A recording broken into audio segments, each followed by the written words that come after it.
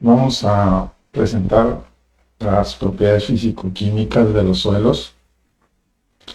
En la anterior clase se expuso lo que era el color. Seguimos con la segunda propiedad física. La densidad del suelo se considera como el peso sobre volumen, fácil de determinar en el campo y laboratorio. Se expresa en gramos sobre centímetro cúbico o miligramos por metro cúbico, ¿no? Esa es la expresión en la que vamos a evaluar la densidad del suelo. Esta se clasifica en dos densidades: la densidad real y la densidad aparente. La densidad real contempla lo que es el peso de todos los minerales, o la masa, el peso de la masa de todos los minerales que componen el suelo. Y la densidad aparente comprende lo que es el peso de la masa más el espacio poroso que ocupan los suelos. Los suelos están constituidos por la fracción mineral y fracción orgánica. Les recuerdo los 4 componentes esenciales de los suelos. Entonces, estructuralmente están compuestos por minerales, y aquí entra lo que es la masa de los suelos, constituido por minerales, pero también están otras partículas orgánicas, en este caso la materia orgánica, en forma particulada, pero también hay disuelta. Entonces, toda la masa que compone el material particulado sobre un volumen, vamos a determinar la densidad. Entonces, que quede claro, la densidad real contempla solo el peso de la masa del suelo, excluye lo que es el espacio poroso. Y en cambio la densidad aparente, como podemos apreciar, contempla lo que es el volumen real que ocupan los espacios del material particulado más el vacío o espacio poroso, ¿no? Entonces, la densidad aparente tiene una relación de la masa del suelo respecto al volumen del suelo seco. De esa manera nosotros vamos a evaluar lo que es densidad aparente. En la densidad aparente se ve afectado por el volumen de las partículas sólidas y el espacio poroso. Por eso es muy importante que en la evaluación consideremos en este caso el recipiente, el material prismático que estemos usando para medir el suelo. Si vamos a hacer una excavación o un pozo, pues hay que indicar el volumen de lo que va a ocupar el suelo. Entonces, ahí lo tenemos, el volumen del cilindro hace referencia que es igual al pi por radio al cuadrado por la altura, ¿no? Entonces, eso hay que tenerlo en cuenta. Entonces, la densidad aparente se va a expresar masa del suelo seco entre volumen del suelo más espacio poroso, y se mide o las unidades de medición son en gramos sobre centímetro cúbico o miligramos por metro cúbico. Los usos o aplicaciones de la densidad aparente se utilizan para caracterizar los suelos, y son los siguientes: para detectar capas endurecidas. ¿A qué se refiere capas endurecidas? A la dureza que algunos suelos llegan a presentar, y si son suelos muy duros, vamos a tener problemas en esos suelos para trabajarse, ya sea en la agricultura, o problemas que las plantas van a tener para desarrollar sus raíces, ¿no? Ya sea plantas cultivadas o plantas de vida silvestre. También otra utilidad de la densidad aparente que es importante para determinar es caracterizar o identificar suelos volcánicos. Ahorita con las grandes erupciones volcánicas podemos detectar los tipos suelo andosoles, ¿sí? Son suelos muy porosos con problemas para la agricultura y que sus densidades aparentes andan por abajo de 1 gramo sobre centímetro cúbico. El grado de intemperización también es otra utilidad de la densidad aparente. Se determina comparando la densidad de los horizontes superficiales, los que están en la superficie, con respecto a los horizontes más profundos. La otra utilidad de la densidad aparente es para determinar o cuantificar el espacio poroso. No podemos determinar el espacio poroso en el laboratorio si no cuantificamos densidad aparente y densidad real. Las dos densidades se necesitan para determinar espacio poroso. La otra es para determinar aquellos suelos que tengan buena aireación, que permitan el flujo de gases y de agua en todo lo que es el perfil, y también para determinar el crecimiento de las raíces de las plantas, en qué suelos crecen mejor las raíces.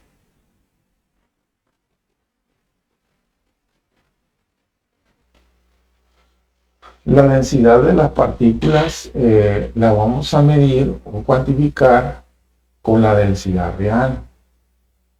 Les recuerdo que la densidad real excluye el espacio poroso, no incluye el espacio poroso. Solo va a medir la masa total de todos los minerales que componen determinado suelo. Entonces se expresa como la densidad real igual a masa de los sólidos sobre el volumen de los sólidos, ¿sí? Y también se cuantifica en gramos sobre centímetro cúbico y miligramos por metro cúbico. El uso o la aplicación de la densidad real, porque es importante evaluarla para calcular el porcentaje de porosidad, la velocidad de sedimentación de las partículas y concentración de sólidos suspendidos en el coloide del suelo. Entonces, en conjunto, todo en sumatoria, todos los minerales que componen al suelo, que son todo esto, incluyendo la fracción orgánica como el humus y la materia orgánica, todo en su conjunto nos va a dar un valor de 2.65 gramos sobre centímetro cúbico en promedio, y que este promedio es una constante que se utiliza si no evaluamos nosotros en el laboratorio e indicando con qué método evaluamos densidad aparente y espacio poroso.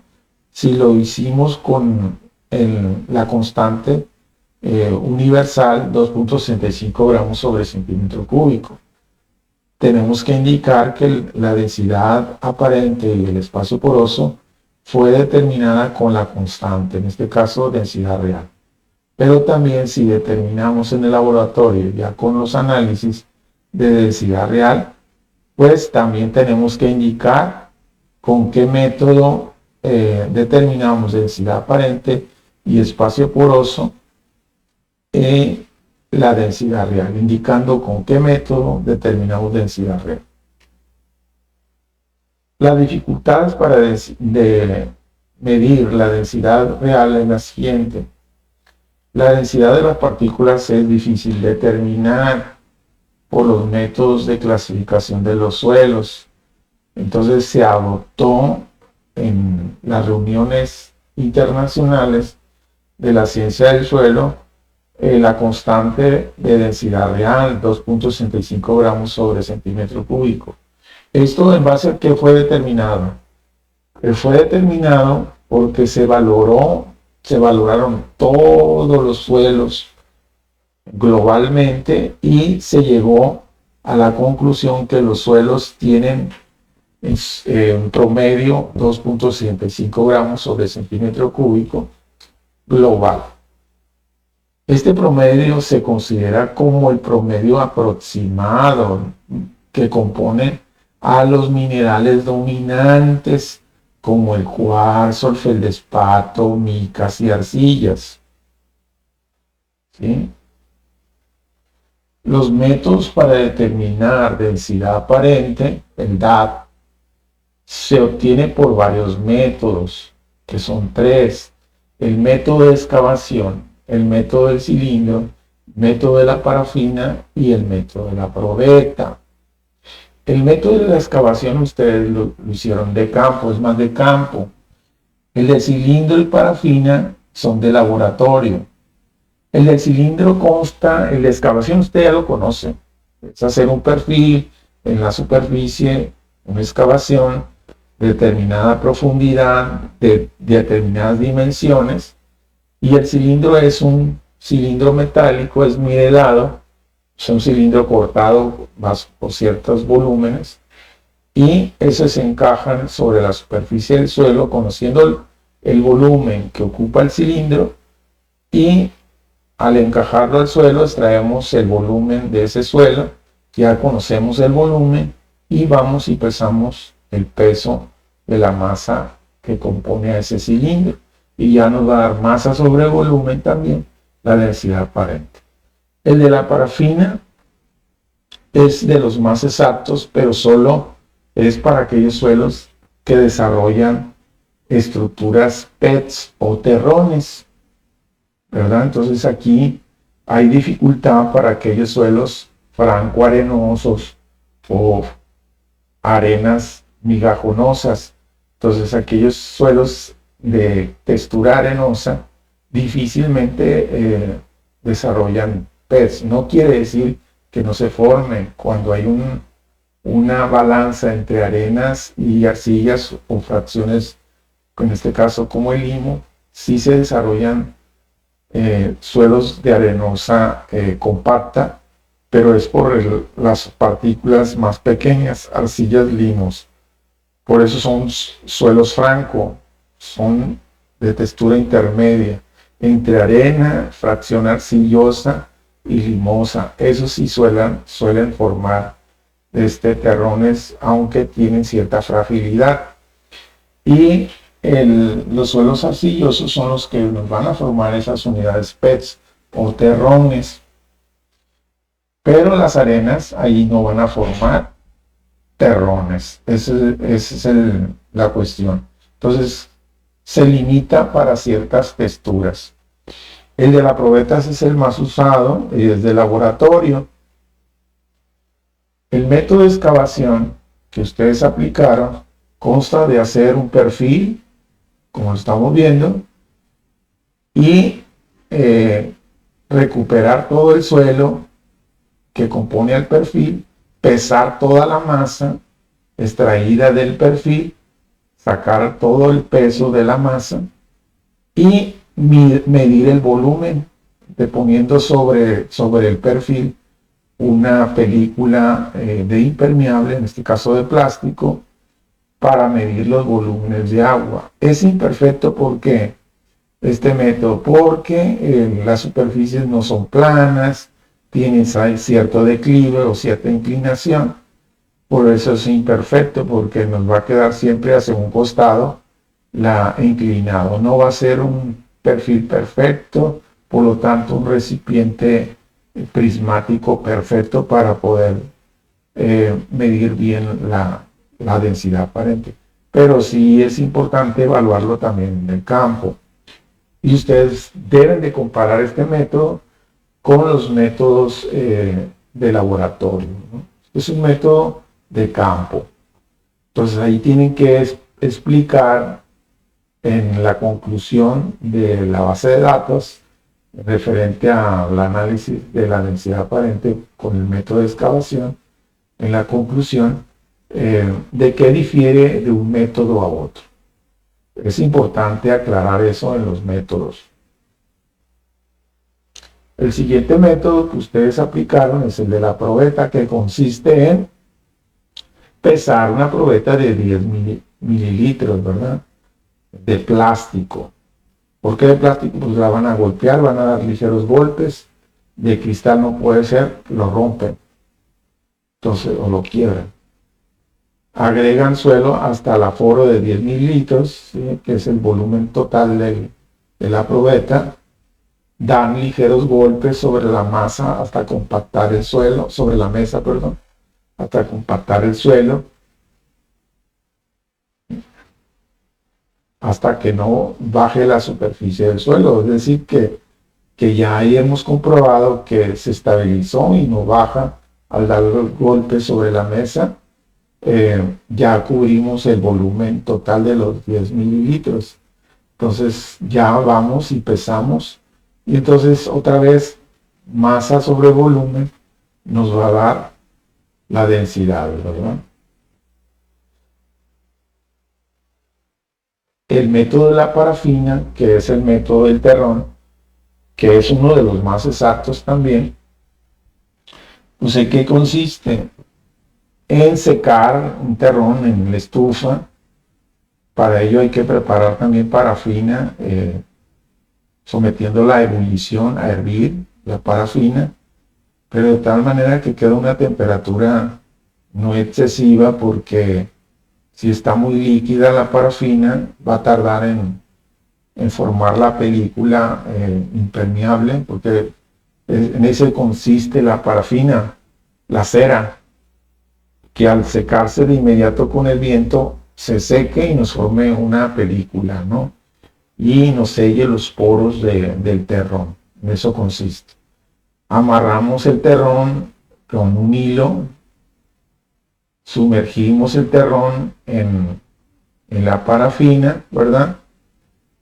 Ya disuelta y líquida la parafina, sumergimos el terrón en la parafina, se nos forma la película y posteriormente al sacarla de la parafina se nos va a formar esa película.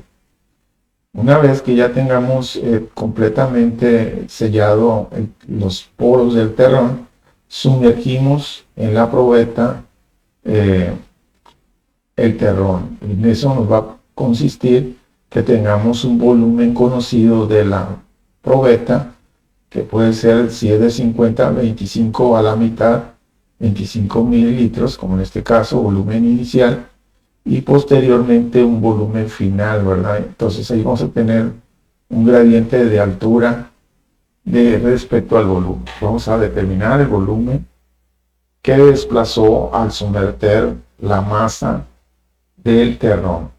Entonces la masa va a desplazar, nos va a dar ese volumen. Y lo que nos dé del peso del terrón va a ser masa del terrón sobre el volumen que nos registró la probeta, ¿no? La altura. El método de la probeta, perdón, ya que determinemos la densidad aparente con los anteriores métodos, el método de la probeta, el método de excavación y el de la parafina, que tengamos los resultados, vamos a someter los resultados a tablas. Si, por decir, en el análisis cualquiera de los tres anteriores de determinar densidad aparente nos haya dado 1.13, digamos, pues estaría una densidad aparente media, ¿verdad? Sería un suelo franco arenoso o franco limoso, probablemente bajo esta textura, en base a la densidad. La densidad nos está diciendo qué tan dura es el suelo también. Entonces, eso está en la guía del Excel, ¿sí? La densidad aparente. Y acá también la densidad aparente nos está diciendo si es un suelo costero, si es un suelo volcánico, si es un suelo orgánico. Los orgánicos pesan muy abajo de 1, ¿sí? Los orgánicos y los volcánicos andan abajo de 1. Entonces, son los que pesan menos. Los suelos forestales también andan, son con muy poca fracción mineral, ¿no? Entonces, los suelos agrícolas andan por arriba de 1 gramo sobre centímetro cúbico de densidad. Entonces, la densidad aparente tiene variaciones respecto al tipo de textura. Entonces, por eso es importante más adelante determinar la textura y relacionar la densidad aparente con la textura para determinado suelo, ¿sí? No significa que porque está dando una orientación aquí, cierta textura, significa que sea esa textura. El análisis textural nos va a decir con claridad qué textura es, porque la densidad aparente tiene una variación muy compleja. Ahora, el método para determinar la segunda densidad, que es la densidad real. La densidad real va a medir nada más la masa de los minerales y no contempla el espacio poroso, es decir, hacerla bajo el método de la densidad real en el matraz, que consiste en sobresaturar la muestra, pues el agua va a ocupar esos espacios intersticiales y de tal manera que no haya burbujas de aire y repercuta en el peso de la masa del suelo. Entonces nos va a dar también aquí masa sobre volumen. ¿Pero en qué consiste? Pesar el matraz volumétrico seco, agregar 10 mililitros de suelo seco, pero también hay que pesar el matraz con agua destilada, ¿verdad? Entonces, todo lo que dice aquí la fórmula es lo que tenemos que hacer. La densidad del agua a temperatura observada, ¿no? Entonces hay que pesar ese matraz con agua, ¿no? Pero la densidad del agua ya lo sabemos que es de 1 gramo sobre mililitro. Entonces no hay tanto problema ahí respecto a la densidad del agua, es 1 y así se va a considerar la dW. ¿Sí? Lo que estamos calculando es la densidad real. Dice WS, peso del matraz más suelo. El BS es peso del matraz más la cantidad de suelo que pesaron, que fue 10 gramos. Y la W es peso del matraz vacío, pues esta hay que tener el peso del matraz vacío. Peso del matraz más suelo más agua, o sea que tenemos que tener el peso del matraz más suelo y más la agua, ya completo los tres aquí. Por eso lo someto a que lo estén pesando al final.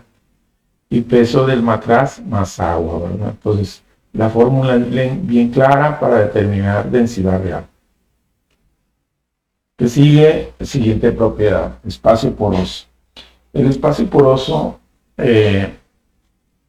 es una propiedad cuantificable. No la van a medir en el laboratorio porque esta se determina bajo cálculo. La van a calcular determinando la densidad aparente o en su caso la densidad real, ya sea que retomemos la teórica o calcular la densidad real con el método de el pinómetro o matraz saborado. Entonces, el espacio poroso se define como la proporción. ¿Y qué está diciendo proporción? Que se va a medir en porcentaje. Dice de la proporción del suelo no ocupada por las partículas sólidas. ¿Sí? Es la porción del suelo no ocupada por las partículas sólidas, el espacio poroso.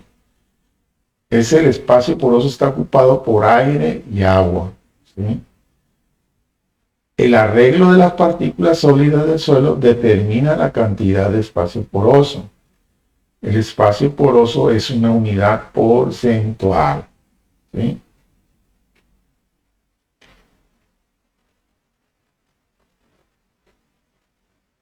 Bueno, el espacio poroso no va a estar ocupado por partículas, va a estar ocupada por aire y agua. Los tipos de poro existentes en los suelos son macroporos. ¿Qué permiten los macroporos? Transporte de agua y aire. Pero permiten esto, el transporte con mayor facilidad, pero así como también permiten el paso del agua y del aire, los macroporos pierden con facilidad el agua. ¿Sí?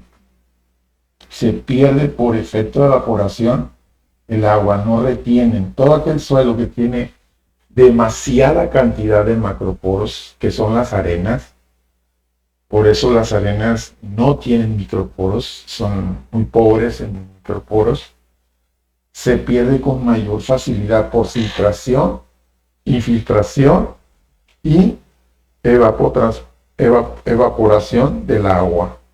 Y a través de las plantas, a través de la evapotranspiración. En el mesoporos, que son fracción intermedia, hay buena conducción de agua. ¿Sí? Ahí vamos a tener agua gravitacional, después vamos a ver los tipos de agua más adelante, y el aire. Los macroporos retienen la humedad. Entonces, por eso es importante los microporos. Entonces, un suelo con buena aireación nos va a permitir buena captación, buena retención de humedad. Entonces, los valores de espacio poroso también lo vamos a someter a tablas, y aquí tenemos la tabla. Un suelo que tenga por arriba de 60% de espacio poroso, pues vamos a tener muy alta porosidad. Son los suelos que tienen mucha arcilla, ¿sí? De ahí el término que el espacio poroso tiene una relación con la fracción textural. Los suelos arcillosos tienen muchos espacios porosos, microporos, capturan más volúmenes de agua que las arenas. En cambio, aquella de porosidad que ande por abajo del 30% es muy baja, ¿sí? En el caso de las arenas. Aquí tenemos algunas clasificaciones muy marcadas. Los suelos arenosos superficiales tienen de 35 al 50% poca retención de agua, buena aireación. Suelo de textura fina de 40 a 60, buena retención de agua y mala aireación. Y suelos compactados, están muy compactos, son suelos que se inundan con facilidad, se sobresaturan de humedad. Y aquí la importancia entonces de determinar la densidad aparente en relación a la fracción textural. Un suelo que tenga una densidad aparente menor a 1.6%, pues las raíces, si su textura es franco-arenosa, si es arena, las arenas, para el caso de las arenas, que tengan una densidad menor a 1.6, esas arenas no van a tener ningún problema las plantas para crecer. Por eso a veces dicen, a mí en la arena sí creció muy bien la planta, aparte de haber germinado, se sostuvo, se mantuvo porque tiene buena densidad, ¿sí? Tiene una textura arenosa, franco-arenosa, tiene una fracción de arena y otra parte de arcilla, ese tipo de suelos. Por eso tiene una amplia densidad, una menor densidad buena. Pero aquellos que tienen una densidad superior, una densidad aparente superior, los suelos van a tener problemas para crecer sus raíces. ¿Sí? Ya tiene un efecto la densidad aparente en el crecimiento de las raíces, que tiene una densidad mayor a 1.8. ¿Sí? Entonces tiene una fracción mayor de lo que pide para el tipo de textura arenosa. En cambio acá los suelos arcillosos también tienen problemas cuando la fracción de la densidad aparente anda por arriba de 1.3, ¿sí? Como en este caso, 1.3 hasta 1.5, ¿no? Ya tienen problemas las plantas para crecer si se sobrepasa esta densidad. Igual las intermedias.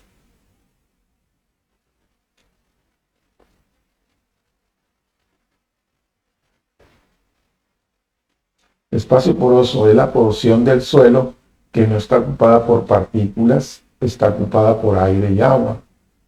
¿Sí? Ya lo aclaramos ahorita. Entonces los macroporos transportan buena agua, buen aire, y mesoporos conducción de agua y buen aire, microporos retención de humedad. ¿Sí? Textura, siguiente propiedad física. Textura de los suelos. Se define la textura de los suelos es la proporción relativa de arena, limo y de arcillas. También se cuantifica en porcentaje. ¿Sí? La determinación de cantidad de diferentes partículas en el suelo se denomina análisis mecánico o análisis de tamaño de partículas. ¿Sí?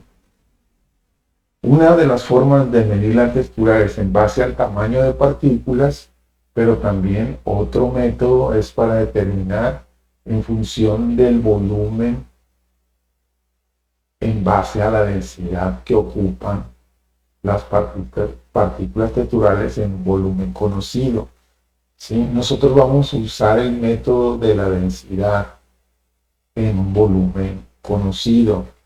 Y el volumen que ustedes usan es 1 litro de solución. Nosotros no vamos a medir granulometría, porque ¿en qué consiste la granulometría? El análisis granulométrico es pasar la muestra de suelo por diferentes tamaños de poros de tamices. Si tenemos la fracción menor a 2 milímetros, ¿sí? Van a pasar las arenas, pero también los limos y las arcillas. Una vez que ya pasamos bajo ese volumen, pues vamos a tener que bajar el tamaño del poro del tamiz. Entonces sí es un método muy laborioso y muy complicado y muy inexacto. Es más exacto el de la densidad. Pero Estados Unidos y el sistema internacional establecen las mediciones de la textura en base a tamaños, y es para que lo conozcan. Están las arenas muy gruesas de 2 milímetros a más, arenas gruesas de 1 a 0.5 milímetros. En cambio, en el internacional viene de 2 a 0.2. Se fijan, varía el tamaño de las partículas de un sistema a otro. Entonces, nosotros, si vamos a medir bajo el método granulométrico, también tenemos que indicar qué sistema de nomenclatura estamos usando, si el sistema agrícola de Estados Unidos o la internacional, ¿no? Pero no es muy recomendable estos métodos. Las arcillas es la fracción menor de 0.02, ¿verdad? Para ambos sistemas. Si yo quiero tener en arcillas, tengo que pasar primero toda la masa de suelo, o la muestra de suelo, por un tamiz que tenga el tamaño de arenas, que son 2 milímetros a menos. Todas va a pasar aquí, va a pasar arenas gruesas, medias y finas, y muy finas. Van a pasar todas las arenas. Entonces yo tengo que tener una serie de tamices, es decir, poros menores a 2 milímetros, y voy bajándole de 2 a 1. Tengo que tener otro tamiz para arenas gruesas de 1 a 0.5. Tengo que tener otro tamiz de arena mediana de 0.5 a 0.25, y el de limo tengo que tener un tamiz de 0.05 a 0.02 milímetros. Ya estamos hablando de micras aquí. Y arcillas, tengo que tener un tamiz para separar las arcillas menores de 0.002, un tamiz muy reducidos, que son las arcillas de la fracción más pequeña.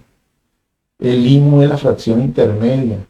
Y ojo ahí, porque hay una cartografía, un mapa que se le está pidiendo, que viene esto, la clasificación de las partículas texturales. Gruesa, media y fina sería. Las arenas es la fracción gruesa, limo es la fracción media y arcilla es la fracción fina. ¿Sí? Ojo ahí en base al tamaño de partículas y la fracción textural en base a cartografía y tamaño de partículas. Nosotros el método que vamos a emplear en la medición de la textura del suelo es mediante el análisis mecánico, es decir, con el densímetro, y vamos a utilizar el triángulo equilátero, que expresa el triángulo equilátero del ángulo izquierdo. Aquí tenemos el ángulo izquierdo, nos representa el 100% de arena, 100% de arena, aquí. Aquí tenemos las arenas, tenemos de 0 a 100% de arena. Al lado derecho tenemos el limo, o sea, tenemos limo, ¿sí? Que sería de 0 acá arriba en la parte superior y 100% de limo, del lado derecho. De 0 de acá hacia acá tenemos un 100% de limo, ¿sí? Y el ángulo superior, que es este, ¿sí? Que son las arcillas, que sería esta columna, lado superior, que es este, el ángulo superior, tenemos el 100% de arcillas acá. Entonces las arcillas vienen de 0 a 100. ¿De qué manera vamos a ver la clase textural? Más adelante se los explico. Entonces los suelos de textura fina predominan las arcillas. Tienen una mayor superficie activa que los suelos arenosos. Las arcillas, vuelvo a hacer hincapié, las arcillas son de lo mejor. Tienen un mayor campo de superficie para retener nutrientes, retener humedad, sin capacidad de retención de agua. Los suelos arcillosos, los suelos de superficie arenosa no. Los suelos arenosos son muy porosos, permiten con mayor facilidad la infiltración del agua. Sin embargo, los suelos arcillosos son de mayor capacidad de retención de agua, debido a su mayor capacidad de superficie. ¿Sí? Es como un prisma que va a tener mayor microporos y esos microporos nos va a retener moléculas de agua una mayor cantidad que las arenas tienen. Las arenas tienen macroporos muy grandes y se pierde con facilidad por infiltración la humedad. Esta diferencia obedece a que hay un mayor número de microporos, ¿sí? En los suelos arcillosos. Entonces funciona en la retención de agua. En los suelos arenosos hay más macroporos que funcionan en el movimiento del aire y del agua. Entonces hay pérdida de agua en los suelos arenosos. El triángulo de textura y su uso expresa que los nombres de la clase que se encuentran en el triángulo de textura, arena, limo y arcilla, que son las tres fracciones de partículas texturales, entonces nos va a expresar la clase textural. Si suficiente arcilla está presente en el nombre de la clase de la textura del suelo, se le denomina clase textural arcillosa. Sin embargo, un suelo que contenga alto porcentaje de arena, su nombre o propiedad que va a tener ese suelo de dominio van a ser clase de textura arenosa. ¿Sí? Entonces, está el dominio de las partículas. Los suelos arenosos retienen poca humedad, tienden a secarse con facilidad, poca capacidad de retener agua y nutrientes, son por naturaleza de baja fertilidad, por ser muy porosos, se trabajan sí con mayor facilidad, pero tienen ese problema.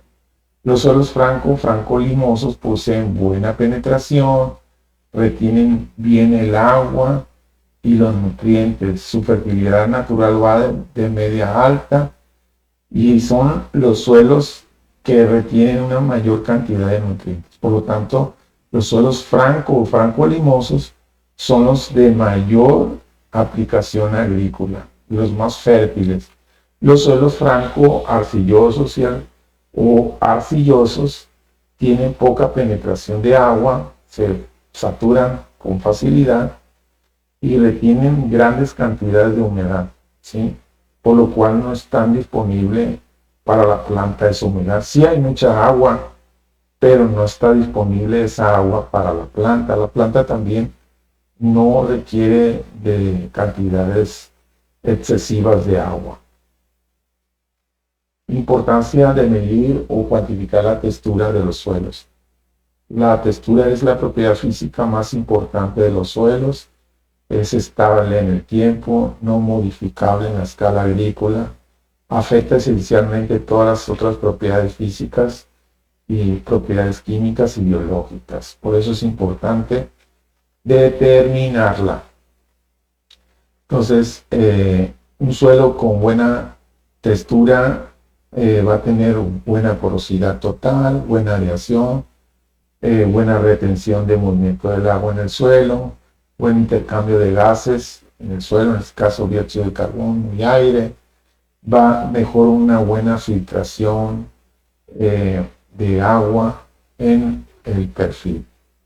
Va a tener un buen drenaje, buena permeabilidad, un desarrollo estructural estable, agregados estables que van a permitir que se retengan los nutrientes, van a estar susceptibles a la erosión. No significa que no se erosiona, pero le va a costar trabajo al factor erosión erosionar esos suelos. Buena fertilidad y contenido de materia orgánica. Entonces, la influencia de la textura en formas prácticas agronómicas nos va a permitir un buen trabajo en los suelos, que podamos trabajar los suelos para montar un cultivo, un buen riego, una buena fertilización y adoptar buenos cultivos, ¿no? Los usos de las texturas más usuales son los siguientes. Para caracterizar horizontes tipo B2, es decir, horizontes B2, en la acumulación de arcillas, con el propósito de hacer clasificación de estos horizontes y son conocidos como horizontes argílicos.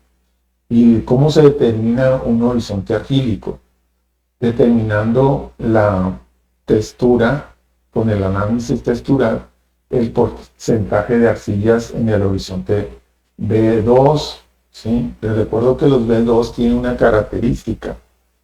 El material es en forma de granito, nos forman terrones, ¿sí? Son todos aquellos horizontes que forman terrones, traemos los terrones, determinamos la textura de esos suelos sobre los horizontes ricos en arcillas superficiales, ¿sí? Que son los horizontes A. B2 sobre A nos va a dar esta unidad de 1.2. Si nos da 1.2, se considera como un horizonte argílico, ¿verdad?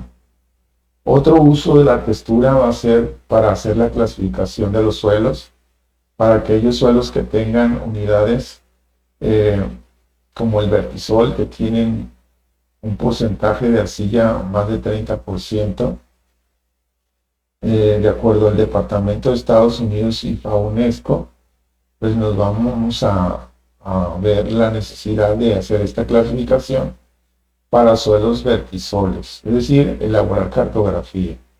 Por eso es importante evaluar los suelos para hacer cartografía y determinar qué unidad o qué orden o qué clase de suelo o nombre recibe tal suelo en la clasificación. El otro propósito pues, es hacer mapeo hacer cartografía en base al análisis textural, también para hacer la clasificación de los suelos, aquellos que son suelos ligeros, pesados, en cuestión de trabajabilidad, y el análisis más socorrido inicial para entender el proceder del análisis de la densidad en base al densímetro es con el análisis de la textura al tacto. No podemos guiarnos o empezar a analizar la textura con el método del densímetro o de Boyocos si no aplicamos en el laboratorio este análisis, ¿sí? Es decir, a través del tacto, para saber si es un suelo arenoso o arcilloso, ¿sí? Si se lo dejamos a nuestro ojo, podemos cometer errores para aquellos suelos de textura intermedia, que son los franco-limosos. Entonces, si yo tengo un suelo franco, arcilloso, limoso, pues ahí tendría que pesar 50 gramos, ¿verdad? Pero si es un suelo con textura arenosa, limosa, el término me está diciendo que es más arena que limo, pues yo voy a pesar ahí 100 gramos. Por eso es importante evaluar y aplicar.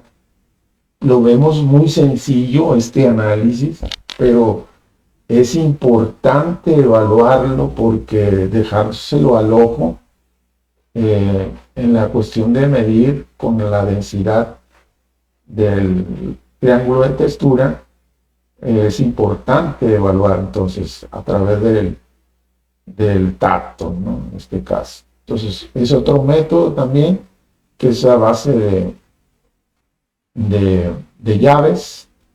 Si se cumple o no se cumple tal condición, pueden aplicar también ustedes. Esto también consiste en hacer un rodillo del terrón, hacer el tamaño del grosor de un lápiz.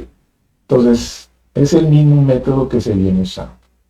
Entonces, el método de la textura para determinar textura con el densímetro de Boyocos, que ya lo saben ustedes, es pesar 100 gramos para el caso de arena, 50 gramos para el suelo para textura arcillosa, agregar una lámina de 5 centímetros a partir de la superficie del suelo, agregar 15 mililitros de oxalato de sodio y esperar 15 minutos, pesar la mezcla del suelo, pasar la mezcla del suelo con oxalato de sodio a batidora, disolver por 15 minutos en la batidora, pesar toda la mezcla, pasar toda la mezcla a la probeta de 1 litro y aforar. Dispersar la solución de la probeta hacia la mano, apoyándote con la palma de la mano, dispersar la arena de la base de la probeta de la mano hacia el otro extremo y contar con el cronómetro 45 segundos y hacer la lectura de la temperatura 1 y densidad 1. Y a las 2 horas volver y a medir temperatura 2 y densidad 2. Y ya aquí ustedes tienen los cálculos, las fórmulas. Yo tengo el porcentaje de arena es igual a 100 menos lectura del hidrómetro a 45 segundos por 100. Primero tienen que despejar esto. Si la lectura de los 45 segundos iría aquí por 100, multiplicarlo por 100 y dividirlo entre el peso del suelo, ¿verdad? Si pesaron 100 gramos o si pesaron 50 gramos de suelo. Y al final 100 menos el resultado de esto, de la multiplicación y división, les va a dar arena. El limo, igual, la lectura del hidrómetro a las 2 horas menos la lectura 1 del hidrómetro, multiplicado esto después de la resta por 100 y dividir entre el peso, ¿no? Al final les va a dar limo. Y las arcillas pues va a ser aplicar también la segunda lectura a las 2 horas por 100 y dividir entre el peso del suelo. Entonces está fácil la fórmula. Una vez que ya tengamos las fracciones de arena y limo de arcilla, nos vamos al triángulo de textura. Aplicar el triángulo de textura. Si por decir a usted le dio 25 de arena, ubicaríamos aquí en el centro de este triangulito, y les haya dado 25% de arcilla, entonces nos iríamos 25 y 25 acá, ¿sí? Estaríamos aquí en esta línea. Ya tengo 50 ahí, y supongamos que nos haya dado 50 de, pues nos debe dar 50 de limo, el resto del 100%, pues nos estaría cayendo aquí el punto de intersección en esta área, ¿sí? Porque el 50 viene de esta línea y pasa acá, aquí sí, son los 25. Entonces, ¿en qué área es esta zona? Sería un franco limoso, ¿sí? En esta área está cayendo el punto de intersección, ¿sí? O un suelo franco o franco limoso. Pero si está cayendo aquí, forzosamente es un franco limoso. Entonces, esa sería la clase textural. El nombre, franco limoso. Ya obtenemos aquí los porcentajes de arena. O también lo someten a tabla. Dicen, me dio 25 de arena. Tengo acá 25. Aquí tengo de 25 a 50. ¿Qué puede ser acá? Vamos viendo si es franco o franco arcilloso, ¿sí? Y me dio 25 de arcilla. Tengo 25 y 25 de arcilla, que es acá. Entonces, ¿qué me queda? Limo de 20 a 50. Entonces, es un suelo franco. Es más franco que arcilloso. Entonces, es un suelo franco o franco arcilloso. Aquí está bien claro, está cortado aquí la tabla, faltan más. Hay que checar en la base de datos del Excel toda la tabla completa. Bien, en este mapa nosotros tenemos aquí los tipos de textura repartido geográficamente hablando, y vemos que lo que más hay es suelos francos, ¿verdad? Suelos franco-limosos o arcillosos, ¿sí? Que son la parte de las sierras o de montañas. Y también tenemos las fracciones arenosas, que son las costas o las zonas desérticas o semidesérticas como Sonora, Baja California, que es donde el dominio de arenas, ¿sí? Suelos de tipo desértico. Y también tenemos otra fracción, la fracción arcillosa, la más productiva de Sinaloa, los suelos agrícolas, ¿no? Entonces, que está reducida las áreas para suelos de textura altamente productivos, como son las arcillas, ¿verdad? Entonces, eso es lo que nos está diciendo la cartografía general de la República Mexicana en base a la fracción textural.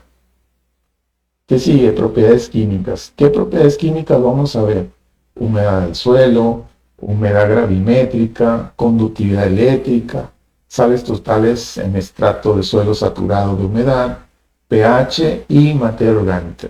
Lo que vamos a ver durante el curso.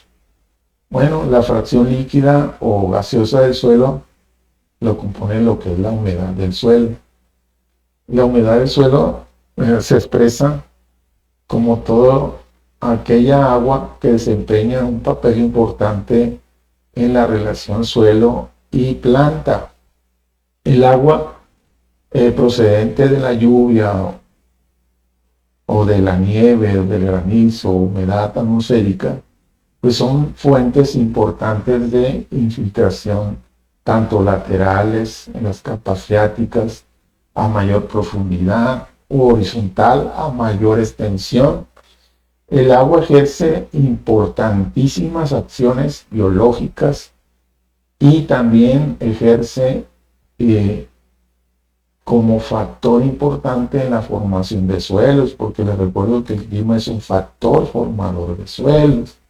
Entonces aquí entra lo que es la climatología, el agua tan importante en la formación de suelos, no solamente para las plantas, sino también para formar el recurso suelo. Entonces, la fase líquida, ¿dónde entra? Circula a través de los espacios porosos de las partículas texturales.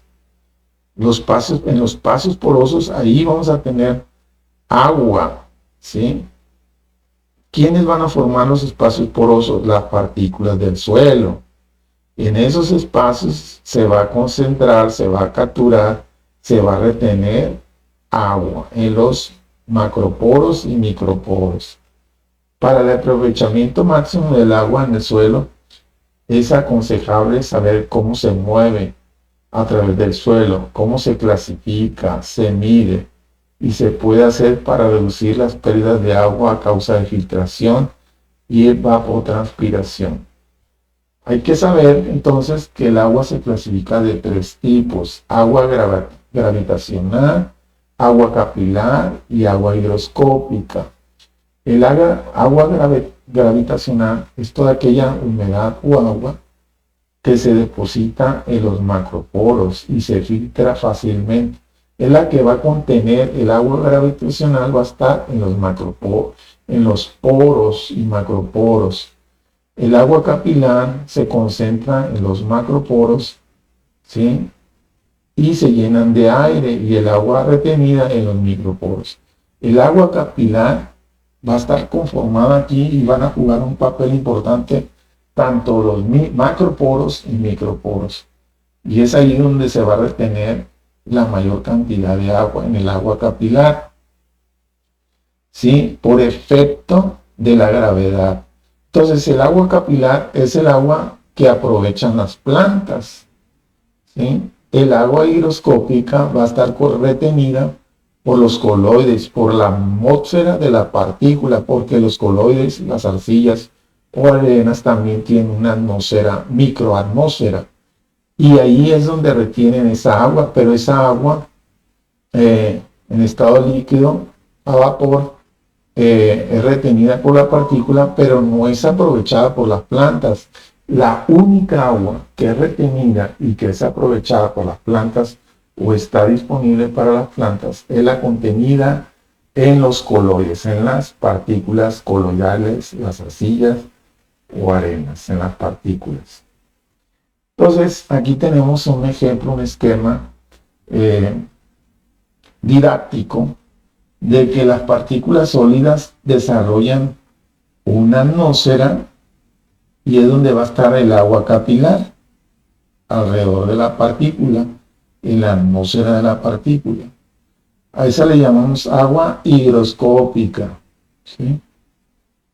El agua capilar va a estar contenida dentro de los poros, macro y microporos, ¿sí? Y el agua gravitacional, pues es la que anda fuera de los espacios intersticiales de la atmósfera o de las partículas, muy alejada de la partícula. Esa tampoco es aprovechada por las plantas. Solo el agua capilar es aprovechada por las plantas. Entonces, en el mecanismo de retención de agua entran varios procesos. Para entrar el agua en el suelo se requiere de energía, y esa energía tiene cierta fuerza de tensión en la retención del agua, ¿sí? Entonces, las fuerzas que van a interactuar para que se retenga esa agua es la adhesión sobre la partícula, es decir, el grado de atracción del agua hacia la partícula, y la cohesión, que es la atracción de la molécula entre sí. Y aquí tenemos ejemplo claro de lo que estoy diciendo, que son propiedades físicas de atracción. En la zona de adhesión tiene una carga, en las partículas coloidales tiene una carga positiva, entonces se van a adherir. En este caso también, porque el agua tiene carga, pues se van a adherir a la fracción de la partícula. Entonces ahí tenemos una fuerte de atracción de humedad. Entonces es lo que se conoce como la mayor atracción de la humedad hacia las partículas. En la zona de cohesión, pues vamos a tener cierta otra fuerza, entonces se debilita en base a la presión, 31 bares, ¿verdad?, de presión. Pues esta es la atmósfera que compone a la partícula. El agua gravitacional es la que va a estar muy alejada, muy débil, como dice aquí, un exceso de agua hacia afuera, pues no se retiene, se pierde esta agua. En la zona de adhesión vamos a tener entonces el agua capilar, ¿sí? Y va a estar sujeta para las plantas disponibles. Entonces la tensión de la humedad del suelo es una medida de la tenacidad con que el agua es retenida en el suelo y representa esa fuerza de unidad de área para extraer esa agua. Por lo general se expresa en atmósferas o unidades de presión del aire, ya sea a nivel del mar. Las unidades para medir la humedad en el agua, ya sea con un hidrómetro edafológico, ya sea de tipo de relojería o sensores eléctricos. La otra forma de medir la humedad del agua, pues es en secar la muestra en la estufa o secado al aire. Ustedes están empleando la estufa, ¿sí? Están aplicando por arriba de 80 grados centígrados a 48 horas, secando la muestra seca. Entonces, hay varios métodos para determinar humedad. Ustedes lo están haciendo a nivel laboratorio, ¿sí? Entonces, de esto, pues el agua higroscópica no es el agua adecuada para las plantas. Puede ser aprovechada para algunas bacterias, ¿verdad?, importantes, pero no es aprovechada para las plantas el agua higroscópica. Está muy débil su fuerza de atracción, por lo que no es, se pierde también por efecto de evaporación. El agua al punto de marchitamiento es retenida con una tensión aproximada de 15 atmósferas y la capacidad de campo es toda la capacidad del suelo para retener agua contra la solución del suelo por efecto de gravedad, 13 atmósferas. Y el porcentaje de saturación es la cantidad de agua retenida en el suelo cuando los poros están llenos o cuando se restringe el desagüe, 0 atmósfera, ¿no? Porcentaje de saturación, que eso es lo que estamos aplicando con la capacidad de retención de agua.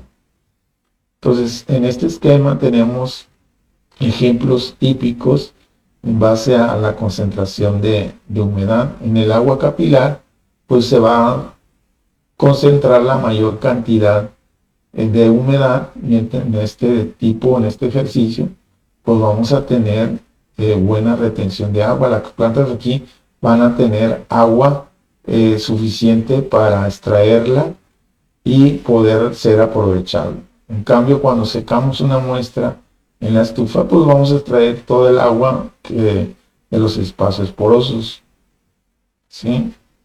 Y así, en el punto de marchitamiento, cuando sometemos a la planta a marchitez, vamos a extraer todo el agua, ya no vamos a suministrar agua hacia la masa del suelo. Por lo tanto, la única agua que va a estar en las partículas, pues va a ser el agua higroscópica contenida en la partícula, pero no va a haber agua gravitacional ni capilar. Entonces no va a haber agua suficiente para que la planta sobreviva, ¿sí? Entonces el punto de saturación del suelo está completamente saturado de agua o no, toda es aprovechable por las plantas, ¿sí? A una tensión de 0 atmósferas seria. Y la capacidad de campo se refiere a la cantidad de agua, de lluvia o de riego que se infiltra hacia las capas más profundas debido a por efecto de gravedad, cesando de modo esencial el contenido de humedad, aproximadamente 1/3 de la atmósfera, Esto ocurre en un plazo que puede variar de algunas horas en base al tipo textural que tengan los suelos o varios días. Que si es un suelo de arenoso, pues sí, tiene una mayor capacidad de absorber agua, pero también se filtra y se pierde por evaporación. Los suelos que retienen una gran cantidad de agua son los suelos arcillosos, pero también se inundan. Y el punto de marchitamiento hace referencia al contenido de humedad con el cual las plantas se marchitan y son incapaces de extraer agua del suelo para restaurar su turgencia y permanezca con vida. El agua aprovechable por las plantas entonces, pues es toda aquella agua aprovechable, es toda aquella humedad del suelo que entre el punto de marchitamiento y la capacidad del campo, la cantidad de agua por aplicar a un suelo el punto de marchitamiento para alcanzar su capacidad se le llama capacidad de agua aprovechable, ¿sí? Entonces, los métodos para evaluar humedad del suelo es el siguiente: pesar en un vaso debilitado o frasco de vidrio de 100 mililitros, agregar 10 gramos de suelo, someter a temperaturas la muestra ya pesadas a por arriba de 80 grados centígrados durante 48 horas, volver a pesar a peso constante y los valores someterlos a fórmula. Ustedes tienen el peso del vaso o del frasco en gramos, tienen el peso de la muestra húmeda del suelo y tienen el peso de la muestra seca. Entonces, esta es la fórmula que ustedes van a aplicar. El método para evaluar la capacidad de retención de agua, conductividad eléctrica, pH y sales totales en la solución extractora. Una vez que ya sacamos la muestra, pesamos humedad en el suelo, podemos aprovechar esta misma práctica para medir las otras variables, que es conductividad eléctrica, pH y sales totales. Entonces, de esta manera vamos a aprovechar la muestra que extrajimos para calcular la humedad. Una vez que tengamos los pesos de retención de agua, humedad, sometemos también a fórmula y aquí el resultado de esto, de la capacidad de retención de agua, sometemos el valor obtenido en base a la textura y ya vemos la capacidad de campo, el punto de marchitamiento. De manera indirecta nos va a dar el punto de marchitamiento si no hicimos el crecimiento en este caso del girasol. Podemos basarnos de manera teórica, pero yo les encargué que lo hicieran con el girasol y así lo tienen que expresar con la práctica del girasol, que puede ser también otras plantas, ¿no? Y la capacidad de retención, que es la calculada. Es decir, si a ustedes acá la capacidad de retención de humedad les dio 14, pues el punto de marchitez permanente para ese suelo se anda entre 8 y 10, pero no me está diciendo si es un 8.5, 8.1 o 10.1, porque acá llega hasta 12, si fue 11.99, ¿no? Entonces, ahí es importante, por eso, medir el punto de marchitez permanente, para que nos dé exactamente. Aquí nada más está dando de un rango a otro. Y la capacidad de campo también. Pero es importante medirlo. Y aquí sigue el pH, que es también de manera directa con el electrodo. Ustedes lo están haciendo con el electrodo. Hay otros métodos, también con tiras reactivas, ¿sí? Entonces se define como la acidez o alcalinidad del pH del suelo, se expresa en términos de pH, ¿verdad?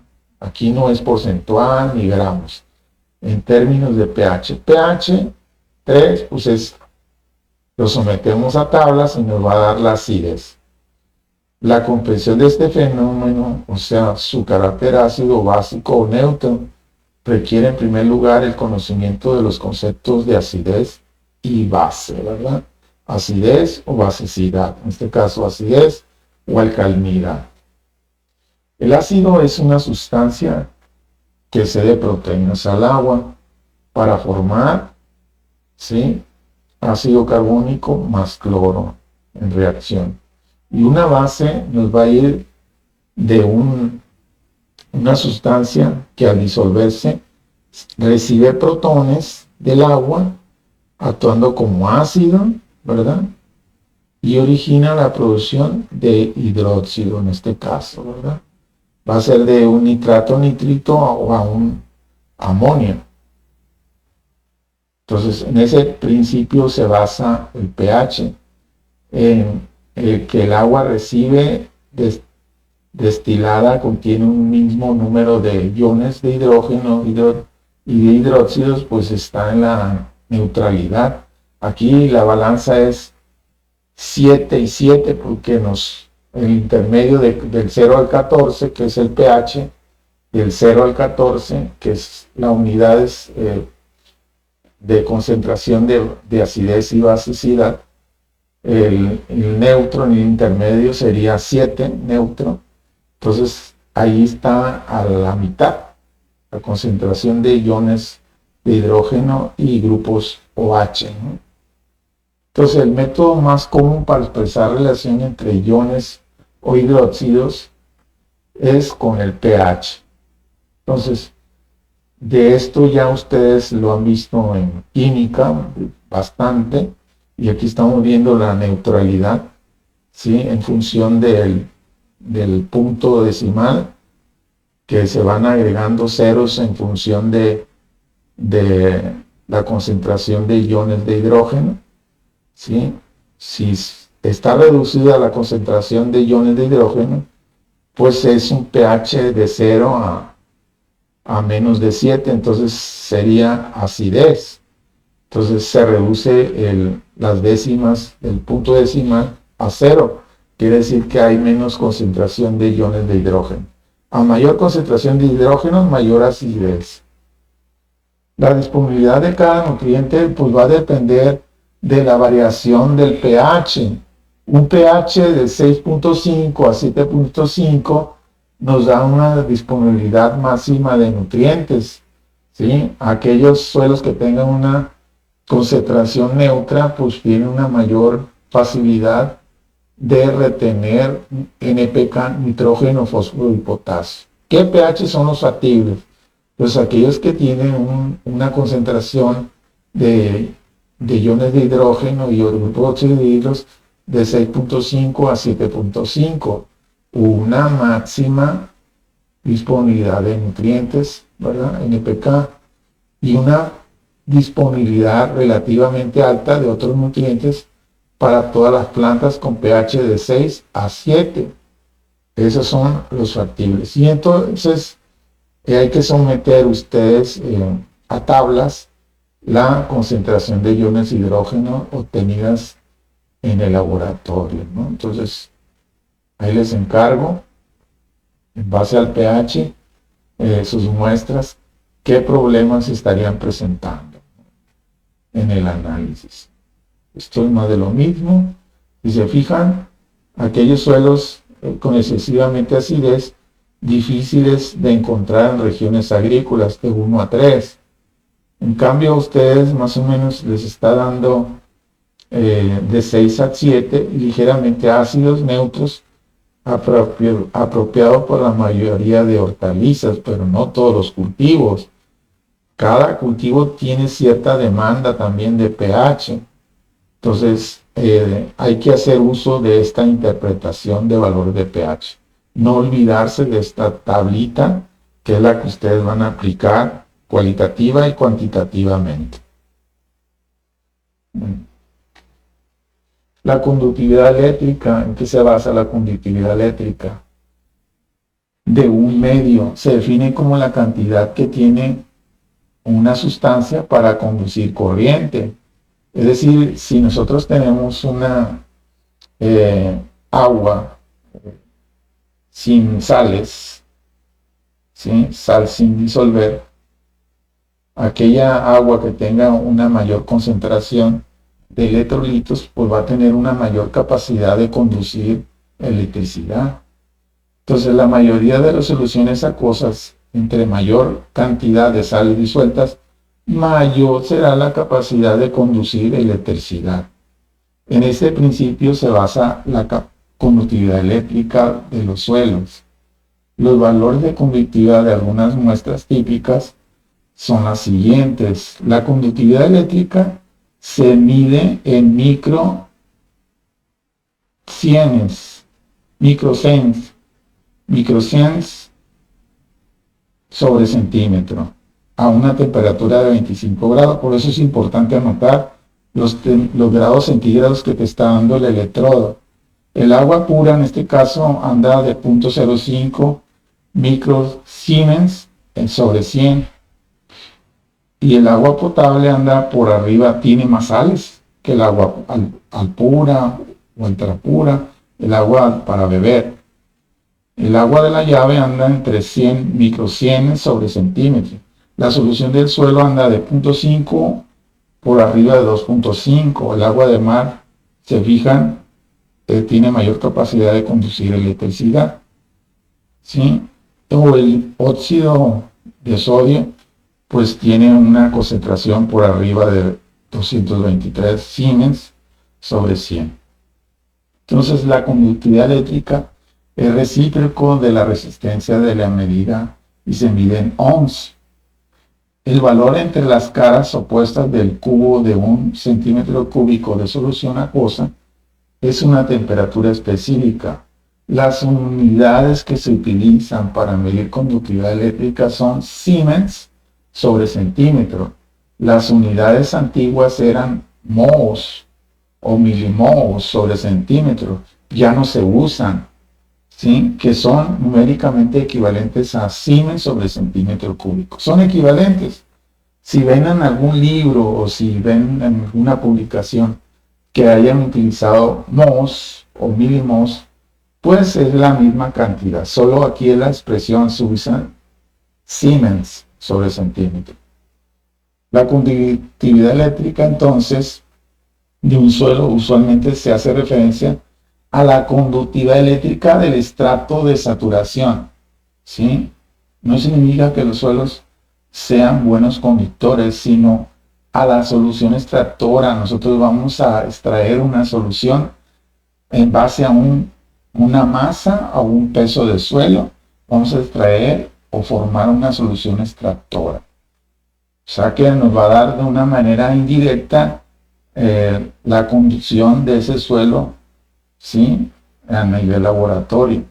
Se supone, aunque esto aún no ha sido demostrado, que dicha conductividad corresponde a la conductividad eléctrica del líquido intersticial del suelo, ¿sí? O sea que no es prácticamente verdadero, sino que lo estamos haciendo a través de una solución extractora a nivel de laboratorio, no en el contexto real o de la vida real, sino que es una práctica de laboratorio, ¿sí? Esta última aseveración adolece entonces de una falla.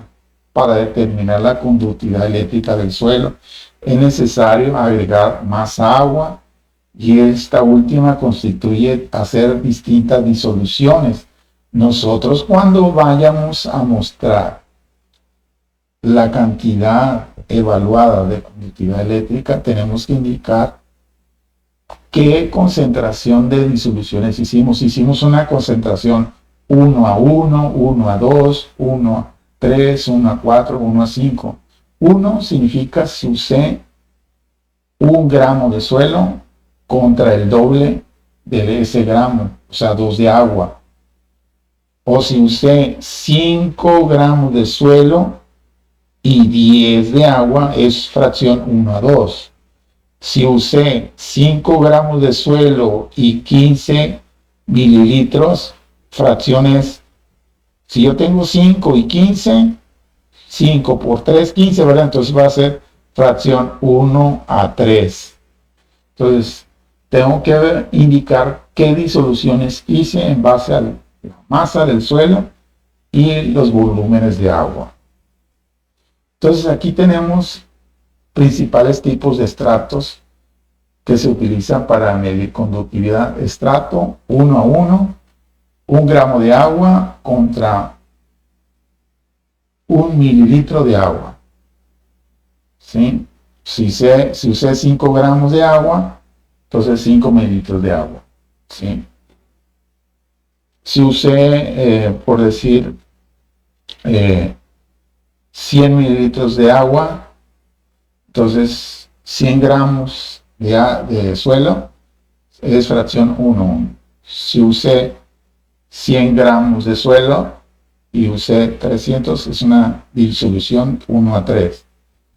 Y si usé 5 gramos de suelo y utilicé 15 mililitros, es 1:3.